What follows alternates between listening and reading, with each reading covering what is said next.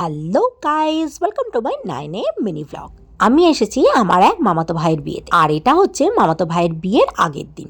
আমি আসতে একটু দেরি করে ফেলেছি, তাই সকালে এর অধিবাসে স্নান টান সব হয়ে গেছে। তো এসেই প্রথমে একটু ঘুরে ফিরে তারপর ব্রেকফাস্ট করতে বসে পড়লাম। এখনো পর্যন্ত সব গেস্টরা আসেনি, তাই বিয়ে বাড়িটা অনেকটাই ফাঁকা ফাঁকা লাগছে। যেহেতু মাধ্যমিক উচ্চ মাধ্যমিকের সময়, তো তাই অনেকেই একদম বিয়ের দিনই আসবে। তো এই যে আমার ভাই হবু বরমশাই, যেহেতু অনেকটা ডিস্টেন্সে বিয়ে হচ্ছে, তাই আজকে হচ্ছে বৃদ্ধি, কারণ আগামীকাল একদম সকালবেলা বিয়ে করতে বেরিয়ে পড়বে। তো এখন দেখো বৃদ্ধির সবকিছু গোছগাছ হচ্ছে। আমার মা বাড়ির সবকটা বিয়ের বৃদ্ধি বা বিয়ে এই মা বাড়ির মায়ের মন্দিরেই হয়ে থাকে, আর এই দীপ ভাইয়ের বিয়েতেও কোনো অন্যথা হয়নি। তো এরপর বৃদ্ধি শেষে আইবুড়ো ভাতের পর্ব, ওই এটাকে বলা যায় অধিবাসের খাওয়া দাওয়া।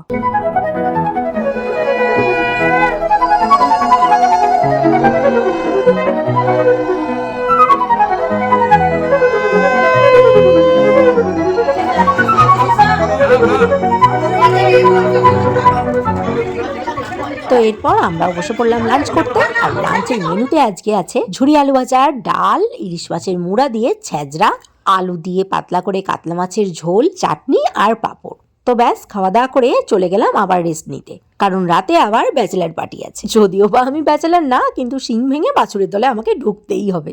নেক্সট ভিডিওতে চোখ রেখো। টাটা, জয় শ্রীরাম।